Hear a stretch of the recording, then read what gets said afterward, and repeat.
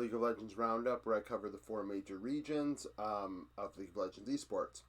Today, I did not look at the schedule to see that the LPL actually did sleep today. I don't know if it's a holiday in China or what, but the LPL did not play today. Next week they play on Thursday, but for some reason this week they did not play on Thursday. So it's only LCK, which is easier day for me. My LCS power ranking should be out at some point today. They're processing right now. So by the time you see this video, the LCS power ranking should be up. If you noticed, the lighting is awful in this video because my light just went out above my head. So I had to refilm this. I didn't get very far, but I have to refilm it nonetheless. So, if you haven't watched one of these videos before, I take notes on the game, saving you the time of watching the games yourself. Both series went 2-0, pretty clean. I'll say Game 2 of Gen GT1 was close, as well as, KDF and Red Force, closer than the first games. Unfortunately, COVID pissed in our Cheerios today, or yesterday. Ruler tested positive, so Gen G had to go with Ophelia and Bot.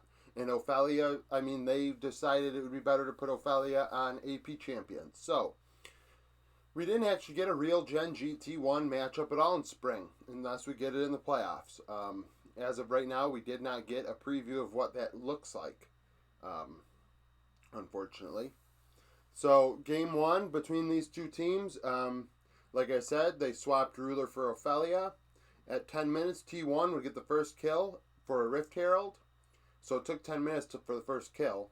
Gen G took a Cloud opposite side of the Rift. Zeus would solo kill Doran at 12 minutes. Zeus was on a Jace and Doran on a Renekton. Zeus ends up being MVP. I could have picked Keria, but Zeus did really well in both games, where Keria was more impactful, in my opinion, in Game 1 than Game 2. His Nautilus was outstanding in Game 1. He was getting picks and everything else. If he played at that level in Game 2, I may have made him MVP. At 14 minutes, there was a 1-1 in River, traded kills. T1 up 3-1 in kills, 3k gold now. T1 then go bot at 16 minutes, get 2 kills. After the reset, Gen G takes a Hextech Drake. 19 minutes, there's a trade of kills in top 2-2. T1 now up 7-3, 5k gold, and Zeus is 4-1-1. So Zeus has 4 of the 7 kills for T1 at 19 minutes. They're up 5k gold. They take an Infernal, so now Gen G don't go to Soul Point. Then there's a lot of skirmishing around the Baron. This would happen in both games. T1 would get a pick, start the Baron, jump off, win a fight 3-0 where Faker would have a double kill. And then Gen G would return before the Baron was done. And T1 would win a fight 3-2. Chovy with both kills for Gen G, which forced T1 off of the Baron at that time. So once that's all done, all the skirmishing is done. T1 don't have a Baron, but they're up 13-6 in kills, and Zeus is 4-1-6. So in all those kills, Zeus didn't. In all those that skirmishing and the kills going to both sides, Zeus did not get a kill, but he got 5 assists. T1 would then take another Infernal and then finally secure the Baron at 27 minutes. They won a fight 3-0 to do so. That gave them a 7.5k gold lead. By the time it was done, their gold lead was 10k. And they would end shortly after the Baron expired 3-0, final score 20-6. Game 2, Gen G would get ahead early. They would go mid at 4 minutes. There would be a trade of kills in bot at 7.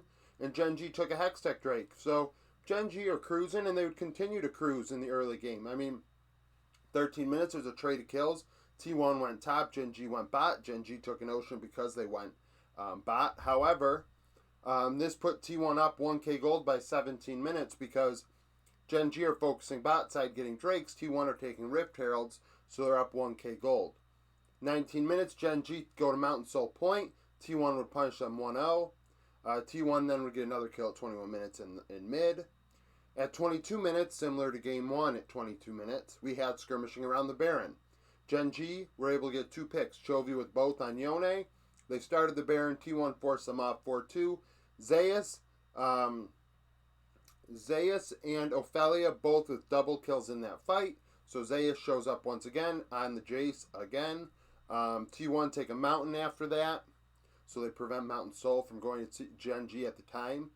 At 25 minutes, T1 get a double kill. Gumayushi gets both to go up 4k gold by taking the Baron.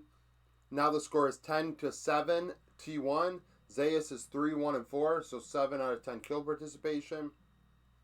Genji would get a pick, which resulted in Mountain Soul. At 32 minutes, T1 got a pick, which resulted in a second Baron. They're up 5k gold. So really, the Baron did not do much. There was only 1k difference between 25 and 33 minutes.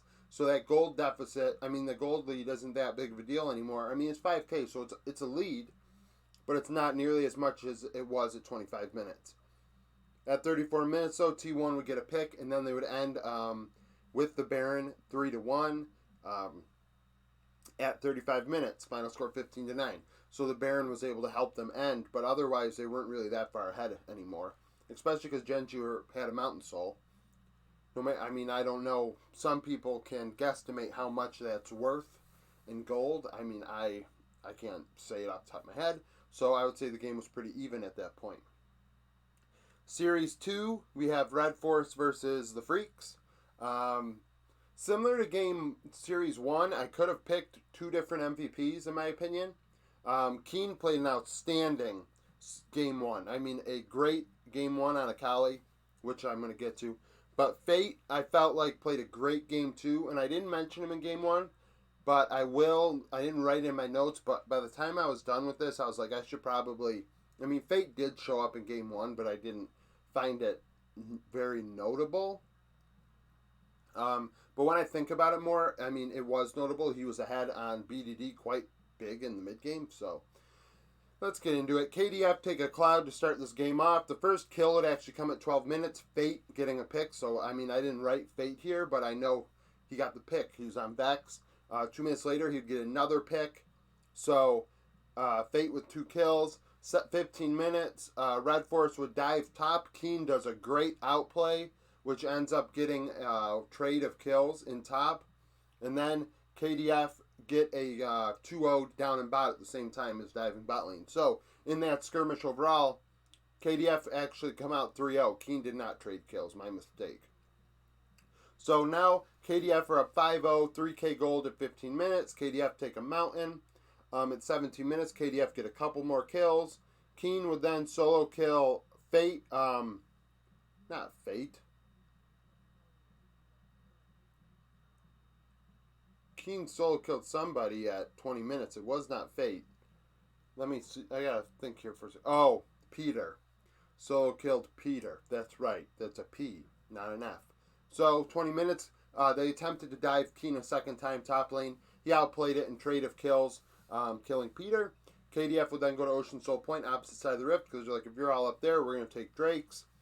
So now KDF are up 8-1, 5.5k gold at 20 minutes. Red Force would win a fight at 21 minutes, 3-2 in the river. Dread and Keen both with double kills. 24 minutes, Teddy would get a double kill as part of a 3-0 win for KDF to get the Baron, 7k gold. With that Baron, they would get Ocean Soul, winning a fight 5-2.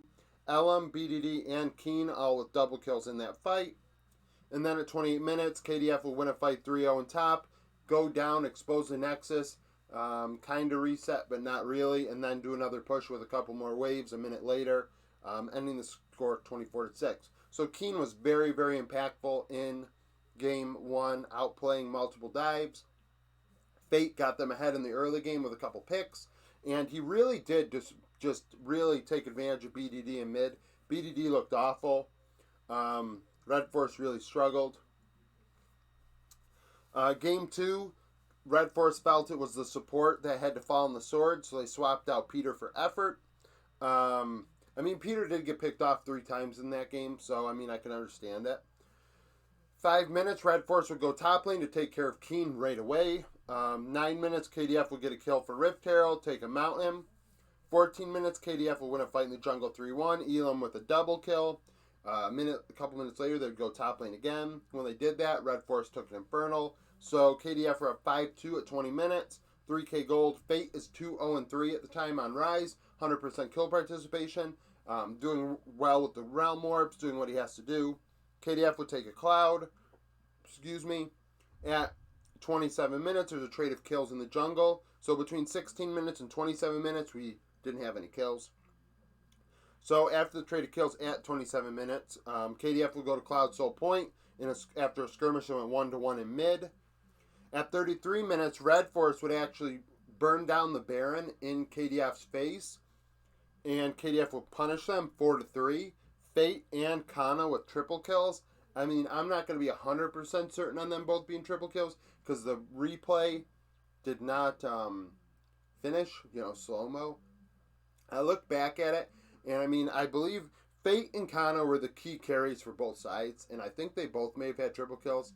They definitely both had double kills, and I'm more positive about Kana's triple kill than Fate's, but I'm pretty sure they both had triple kills. So now that Baron is like useless for Red Force, you only got one person with it. But Red Force would take a cloud after the Baron subsided at 36 minutes, KDF punishing them 1-0. So at 36 minutes after the Baron has subsided, KDF are up 12-7, 4.5k gold, and Fate is 5-2-6, so 11 of 12 kill participation. And then at 40 minutes, KDF end 5-3, Gumiushi with a triple kill, 17-10 the final score. So clean series by KDF. Red Force clearly struggling and falling apart. I mean, that's unfortunate because they have players on their team that should be in the playoffs, BDD and Ghost, and they're just not. Maybe we're seeing the end of some careers. I'm not going to necessarily say they're washed, but I think that, I mean, if I think back at it, I don't recall BDD carrying any games for Red Force this season. Like, I don't think I've made him MVP of any of their 4 wins. Ghost I have, Kana I have, Dread I have. Dread was a key carry to their wins in the early part of the season. BDD I think might be their problem right now, which is unfortunate, but I think it's that time. Maybe it is. But nevertheless, that's my League of Legends roundup for today, Thursday, March 3rd. If you like this sort of content, like, comment, subscribe. If you have any opinions about, Gen G T1, how disappointed you are that we have not gotten a real series. Thank you for bearing with me with the lighting. I don't know how long it'll take before I fix this light issue. Hopefully it's a simple solution. Nevertheless, thank you for watching this video, and come back for more content.